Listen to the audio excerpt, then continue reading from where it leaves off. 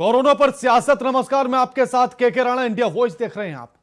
उत्तराखंड राज्य में ओमिक्रॉन के मामलों में लगातार इजाफा हो रहा है और इसको लेकर अब राज्य के भीतर सियासत होना भी शुरू हो चुका है। साथ ही राज्य सरकार की ओर से एसओपी जारी करते हुए नाइट कर्फ्यू तो लगा दिया गया, लेकिन सूबे के स्वास्थ्य मंत्री की स्वास्थ्य विभाग से चल रही दूरी को लेकर विपक्ष उन पर तंज कसने लगा है। जहां एक तरफ कोरोना के मामलों में इजाफा हो रहा है, वहीं चुनावी सरगर्मियों को देखते हुए विपक्ष भी अब सरकार का घेराव करने लगा है। रिपोर्ट देखिए।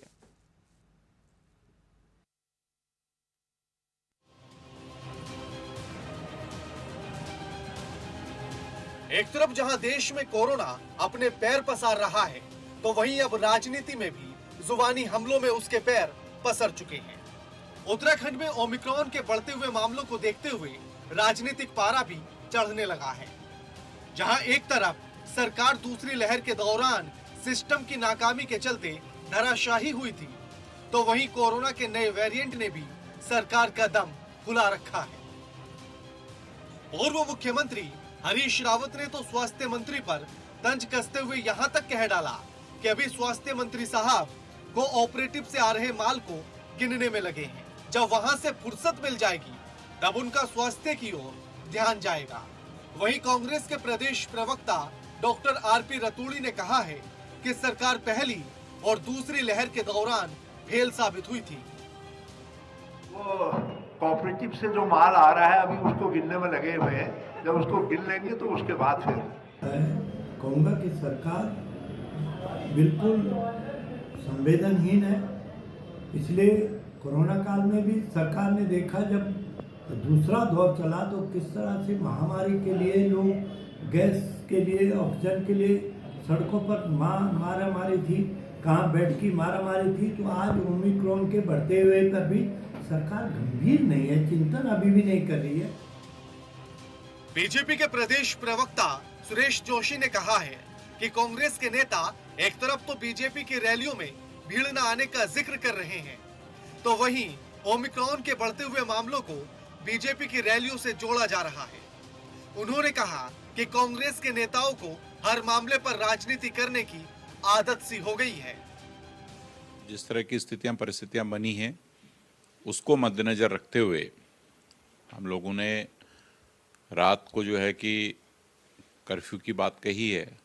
हो सकता है कि भाई अगर आगे भारत सरकार की नई कोई गाइडलाइन आएगी तो उस पर भी विचार होगा, लेकिन इस तरह की बात करना, अगर कांग्रेस को लगता है कि दिन में रैलियां करने से, दिन में कार्यक्रम करने से इस तरह की वस्तु परिस्थिति बन रही है, तो उनको एक एग्जाम्पल देना चाहिए। ओमिक्रॉन को लेकर भले ही सरकार की ओर से एसओपी जारी करते हुए नाइट कर्फ्यू लगा दिया गया हो, लेकिन बढ़ते मामलों पर राजनीति भी जरूर होने लगी है। ऐसे में देखना यह होगा कि विपक्ष के सवालों पर सरकार कितनी गंभीरता के साथ जवाब देती है। इंडिया वॉइस के लिए देहरादून से सौरभ भाटिया की रिपोर्ट।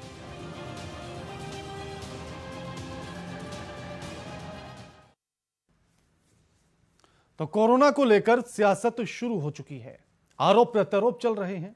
अब इसी मुद्दे पर आज हम चर्चा करेंगे और हमारे साथ जो मेहमान जुड़ चुके हैं उनका परिचय आपसे करा देते हैं। सुरेंद्र अग्रवाल हमारे साथ हैं, जो वरिष्ठ नेता हैं कांग्रेस के। सुरेश जोशी जी हमारे साथ जुड़ गए हैं, जो प्रवक्ता हैं बीजेपी के। और संजय भट्ट साहब हैं, जो प्रदेश प्रवक्ता है आम आदमी पार्टी के। आप तीनों का स्वागत है। सुरेश जी, आरोप आप पर यह लग रहा है कि पहली और दूसरी लहर में तो आप फेल थे ही, तीसरी में क्या तैयारियां हैं? चुनाव तो चल ही रहा है। देखिए, पहली बात तो मैं आपको ये बताऊं कि जिस तरह से पूरी वैश्विक महामारी आई थी और जिस तरह से देश का इंफ्रास्ट्रक्चर था और दुनिया का इंफ्रास्ट्रक्चर था, किस बेहतरी से हमने कोरोना को संभाला। आज WHO से लेकर के पूरी दुनिया भारत की तारीफ कर रही है। आज अगर आप वैक्सीनेशन की बात करेंगे तो 62% को हम डबल डोज लगा चुके हैं, 90% के आसपास हम जो है कि सिंगल डोज लगा चुके हैं, और साथ ही बूस्टर डोज भी हमने ओपन कर दी है फ्रंट लाइनर्स के लिए और स्वास्थ्य कर्मियों के लिए। उसी तरह से ऑक्सीजन की या वेंटिलेटर्स की, हॉस्पिटल में बेड की संख्या किस तरह से, किस तेजी से बढ़ी है।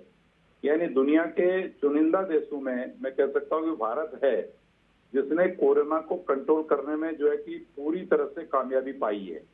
अगर आप उन देशों की बात करते हैं जो हेल्थ में नंबर 1, नंबर 2, नंबर 3 थे, जिनका इंफ्रास्ट्रक्चर बहुत बड़ा था, जिनका बजटीय प्रोविजन बहुत बड़ा था, लेकिन वो सारे के सारे मुल्क धराशायी हो गए।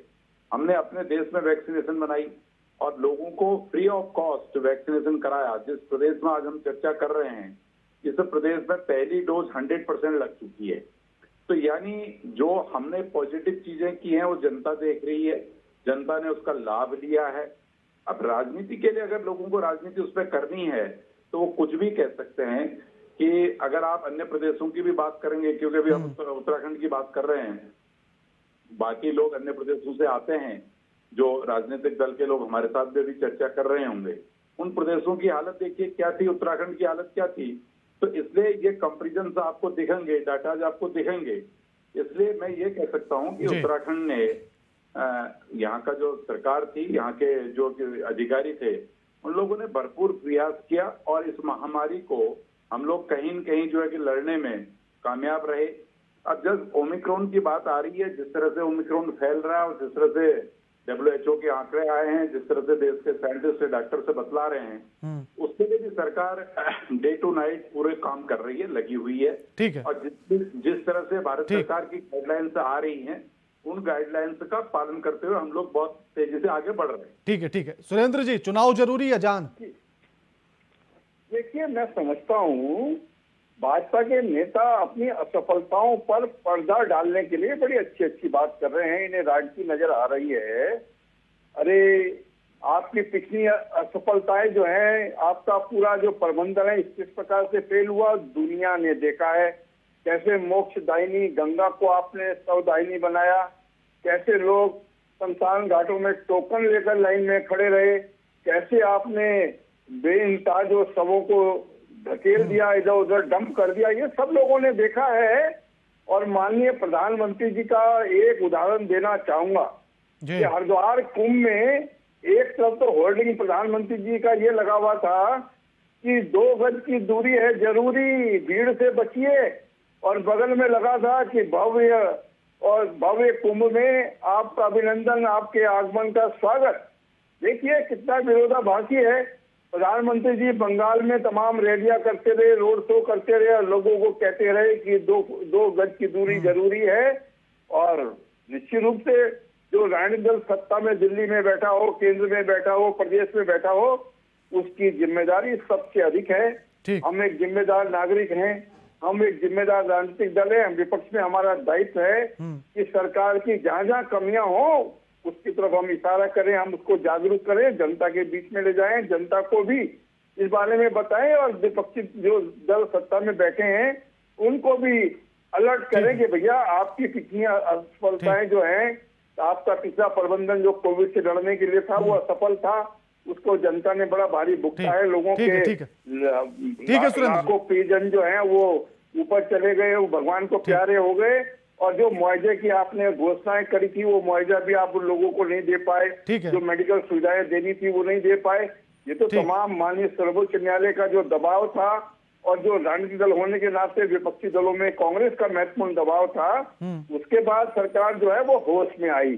15,000 रुपए का आपने 15,000 करोड़ का आपने बजट जो है बजट प्रोविजन करा था, वो भी सहायता देने की याद तब आई जब माननीय सर्वोच्च न्यायालय और कांग्रेस ने दबाव बनाया। ठीक है। संजय जी आपके पास आ रहा हूँ। असफलताएं इतनी अधिक हैं, इसलिए आपको अलर्ट करना बहुत आवश्यक है। ठीक है सुरेंद्र जी की बात कर रहे हैं मान्यवर, रैली में प्रधानमंत्री सुरेंद्र जी आ रहा हूँ, सुरेंद्र जी आ रहा हूँ, सुरेंद्र जी बड़ा चिंताजनक है। सुरेंद्र जी आ रहा हूँ। संजय जी, विपक्ष में बैठने के बाद जनता की इतनी फिक्र क्यों होने लगती है? देखिए के राणा जी, पहले तो आपके सवाल से पहले मैं भारतीय जनता पार्टी के प्रवक्ता सुरेश जोशी जी ने जो बोला उन बातों का जवाब देना चाहूंगा। उन्होंने कहा कि जो चर्चा में लोग बैठे हैं उनकी जहां जहां सरकारें रही वहां हालात खराब रहे कोरोना के, उत्तराखंड से ज्यादा। तो मैं सुरेश जोशी जी को आपके माध्यम से बताना चाहूंगा कि माननीय मंत्री जो भारतीय जनता पार्टी के मंत्री हैं गणेश जोशी जी, उन्होंने कहा कि अगर त्रिवेंद्र सिंह रावत जी ने सही से काम किया होता तो कोरोना में यह हालत ना होती। ये इनके मंत्री के बयान थे। माननीय बंशीधर भगत जी ने कहा कि शमशान घाटों में लकड़ियों की कमी नहीं होने दी जाएगी। ये इनके मंत्री के बयान है उत्तराखंड में भारतीय जनता पार्टी के। माननीय मंत्री हरक सिंह रावत अपने भांजे को सुबह से शाम तक लेकर, कोरोना पेशेंट थे वो, उनको लेकर दौड़ते रहे और बमुश्किल जब उन्होंने धमकी दी तब जाकर उनके भांजे को कोरोना काल में एडमिशन मिल पाया हॉस्पिटल में। ये हालात उत्तराखंड के थे। और बाकी जो है वो तो सबको पता ही है कि पंजाब पहले नंबर पे रहा मृत्यु दर में कोरोना में और उत्तराखंड दूसरे नंबर पर रहा। तो माननीय सुरेश जोशी जी किस आधार पर कह रहे हैं ये तो यही बता पाएंगे।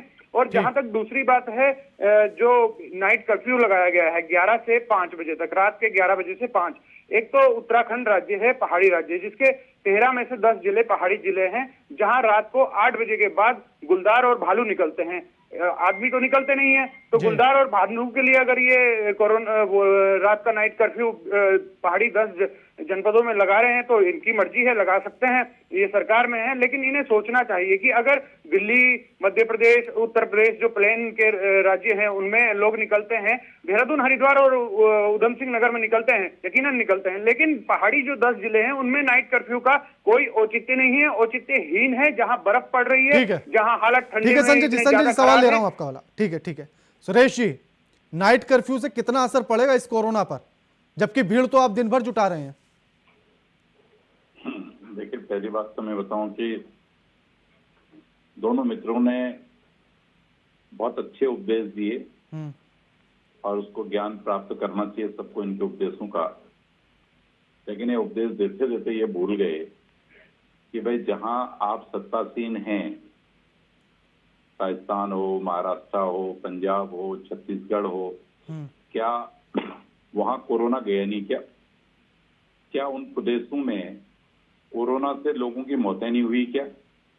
क्या उन प्रदेशों की व्यवस्था बिल्कुल इतनी सुंदर थी कि वहां कोरोना ने दस्तक ही नहीं दी? क्या आप बताइए, आज के दिन भी जब आप और हम चर्चा कर रहे हैं, इस समय अगर सबसे ज्यादा केसेस कहीं बढ़ रहे हैं तो महाराष्ट्र में बढ़ रहे हैं जी, और सबसे ज्यादा अव्यवस्थित कोई राज्य है तो महाराष्ट्र है, उसके बाद कोई अव्यवस्थित राज्य है तो राजस्थान, पंजाब, छत्तीसगढ़ हैं।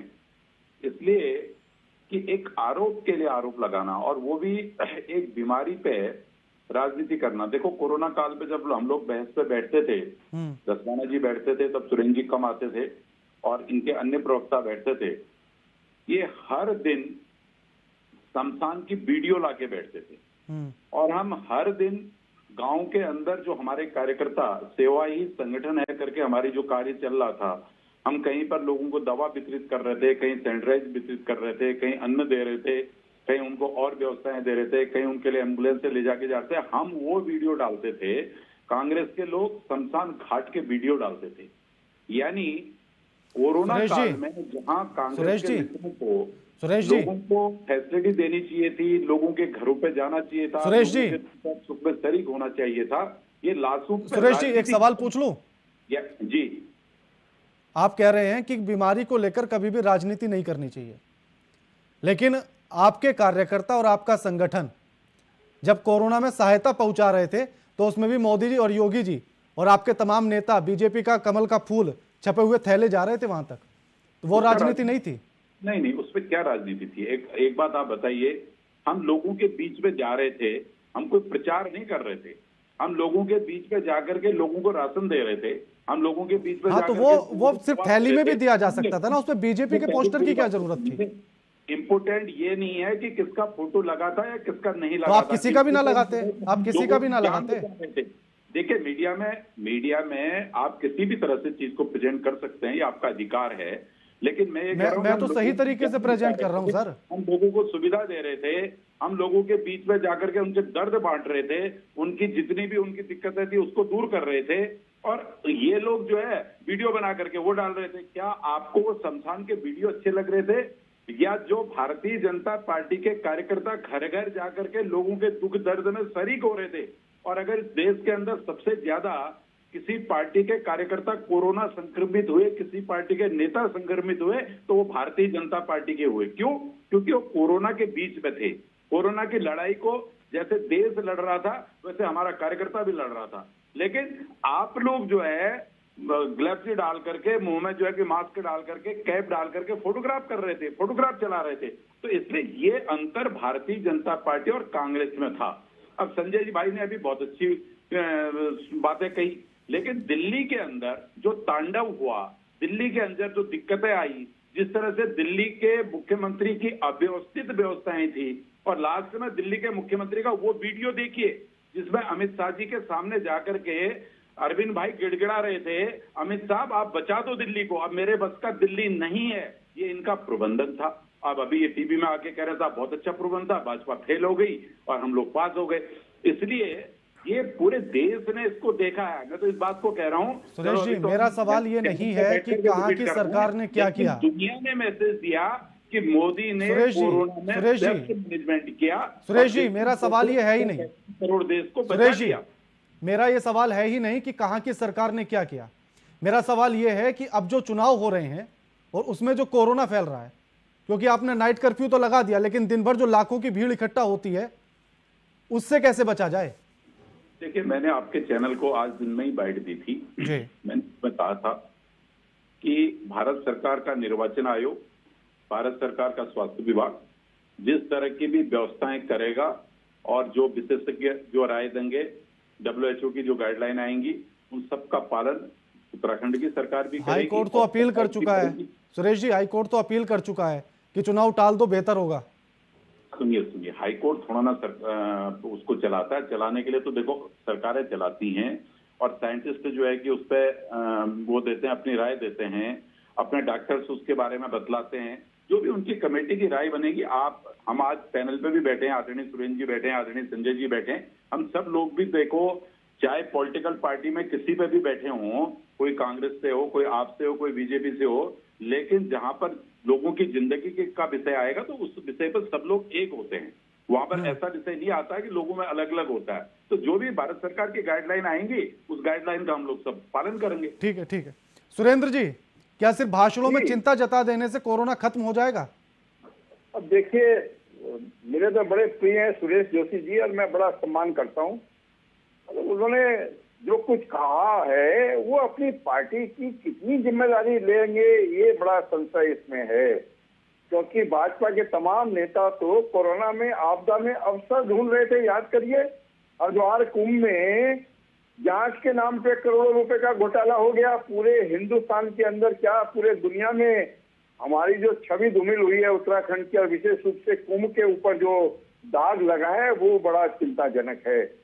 जोशी जी ने एक बात और कही कि हमारे लोग वीडियो लेकर आ रहे थे शमशान घाट के। अरे भाई, एक जिम्मेदार नागरिक होने के नाते, एक जिम्मेदार राजनीतिक दल होने के नाते यदि आपकी कमियों की तरफ कोई इशारा कर रहा है, उनको दिखा रहा है, तो इसमें क्या बुराई है?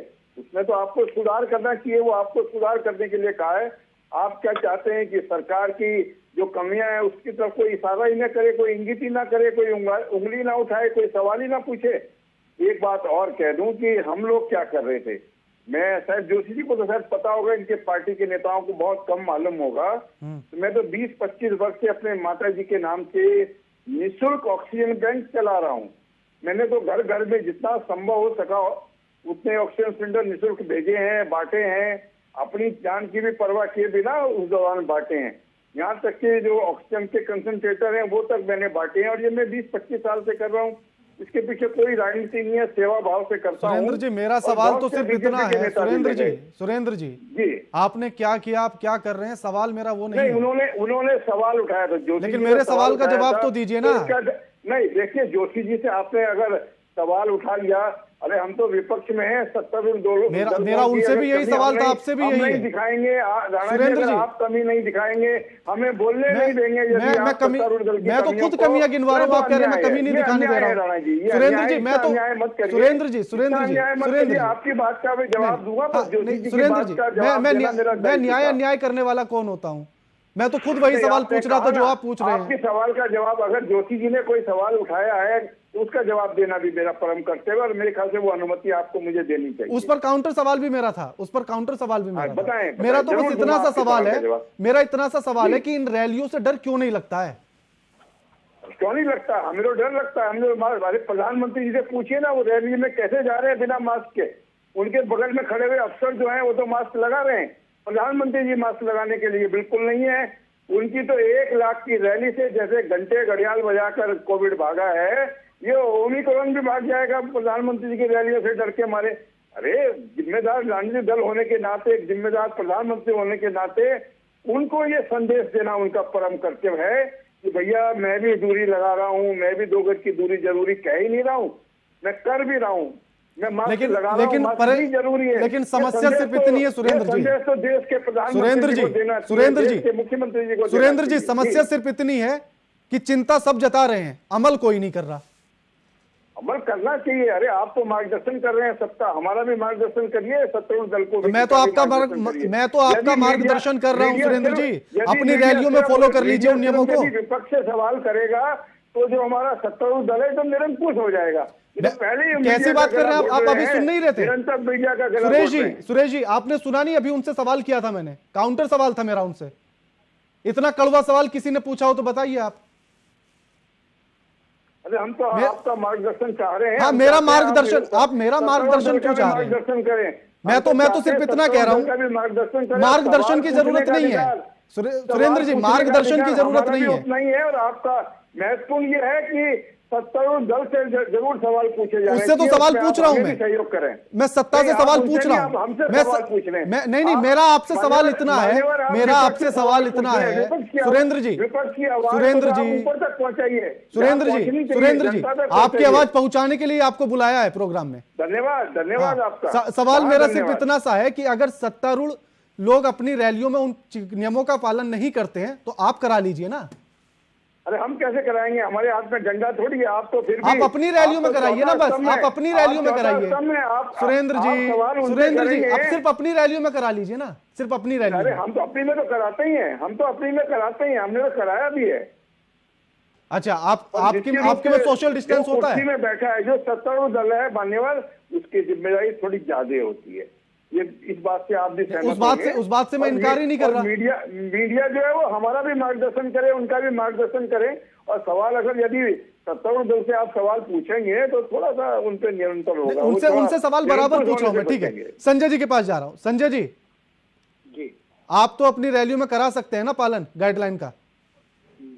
देखिए के राणा जी, पहले क्योंकि सुरेश जोशी जी ने कहा कि बाकी सब सो रहे थे और सिर्फ भारतीय जनता पार्टी के कार्यकर्ता काम कर रहे थे जब कोरोना काल में, तो मैं आपके माध्यम से भारतीय जनता पार्टी की सरकार को और माननीय प्रवक्ता जी को बताना चाहूंगा कि हम ऑक्सीमीटर लेकर, थर्मामीटर लेकर, पैरासीटामोल लेकर घर घर जा रहे थे, लोगों से मिल रहे थे, लोगों का तापमान जांच रहे थे, लोगों का ऑक्सीजन लेवल जांच रहे थे। आम आदमी पार्टी का कार्यकर्ता, एक कार्यकर्ता फर्स्ट वेव में भी और सेकेंड वेव के समय भी लगातार कंटिन्यूटी में काम कर रहा था, जिसकी जो क्षमता थी उस हिसाब से अपने हिसाब से राशन भी लोगों को हमने उपलब्ध कराया। और यहाँ तक कि मैं तो खुद सेकेंड वेव के टाइम पे कोरोना पॉजिटिव भी हुआ उस दौरान, इस सब के चलते हुए।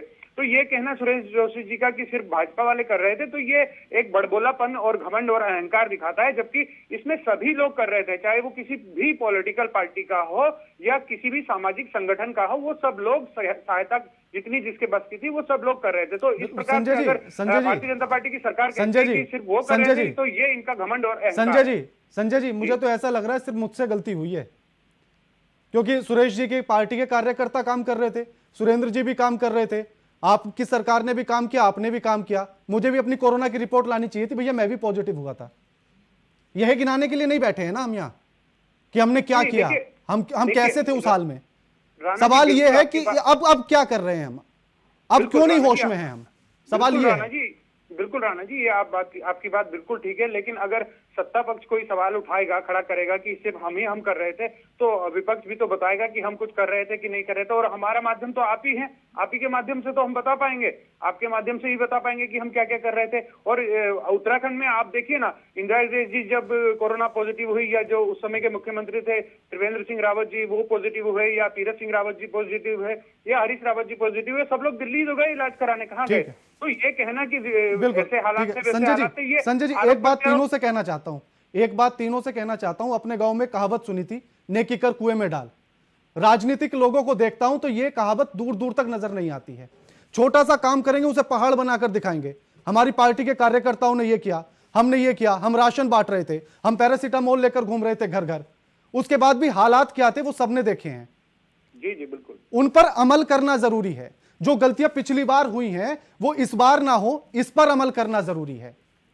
जो हालात पहले बने थे वो अब फिर से ना बने, इस पर अमल करना जरूरी है। बिहार के चुनाव में हालात ऐसे ही, पश्चिम बंगाल के चुनाव में हालात ऐसे ही, अब फिर से चुनाव आ रहे हैं, फिर से हालात ऐसे ना बन जाए, इस पर अमल करना जरूरी है। सरकार को भी, राजनीतिक पार्टियों को भी, सत्ता पक्ष को भी, विपक्ष को भी। सुरेंद्र जी शुक्रिया आपका हमारे साथ इस बहस में जुड़ने के लिए। सुरेश जी आपका भी शुक्रिया, और संजय जी आपका भी शुक्रिया हमारे साथ इस चर्चा में शामिल होने के लिए। लेकिन राजनीतिक पार्टियों को इतना सोचना होगा, क्योंकि अगर आप किसी के लिए कुछ कर रहे हैं वो सबको नजर आता है। गिनाना तब पड़ता है जब आप कुछ ना कर रहे हो, सिर्फ मन में मानकर बैठे हो। हालात फिर से ना बुरे हो जाए, इसको लेकर हाईकोर्ट ने भी चिंता जता दी है। और जब चुनाव आयोग और स्वास्थ्य मंत्रालय की बैठक हुई, उन्होंने भी चिंता जाहिर की। साथ ही स्वास्थ्य मंत्रालय ने चुनाव आयोग को एक रिपोर्ट भी सौंपी है, और उन्होंने यह भी कहा है कि रैलियों में भीड़ कम की जाए, वैक्सीनेशन की गति को बढ़ाया जाए। जनवरी के पहले सप्ताह में फिर से बैठक होगी स्वास्थ्य मंत्रालय और चुनाव आयोग की, जिसमें इस बात पर निर्णय लिया जा सकता है कि चुनाव टाला जाए या कराया जाए। फिलहाल इस चर्चा में इतना ही। नमस्कार।